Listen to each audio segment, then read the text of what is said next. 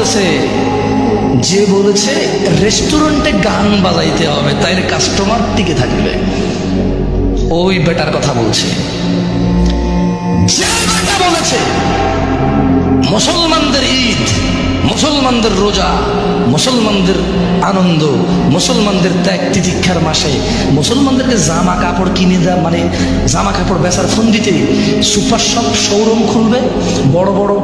Showroom খুলে ওখানে গান বাজাই দেবে ইংরেজি, আর কাপড় চোপড় বেচবে। হ্যাঁ, মুসলিমরা পাগল হয়ে গেছে, সারা মাস রোজা রেখে জামা কাপড় কিনতে যায়, গান না শুনলে মুসলিমরা পাগল হয়ে যাবে, এদেরকে গান শোনাও,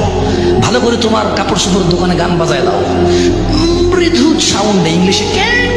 এভাবে ইংরেজিতে গাইবে, কিছু তোমার বুঝে আসবে না। হ্যাঁ, যেই বেটা এই সিস্টেম চালু করেছে যে রেস্টুরেন্টে খাইতে যারা আসবে তাদেরকে গান শোনাইতে হবে,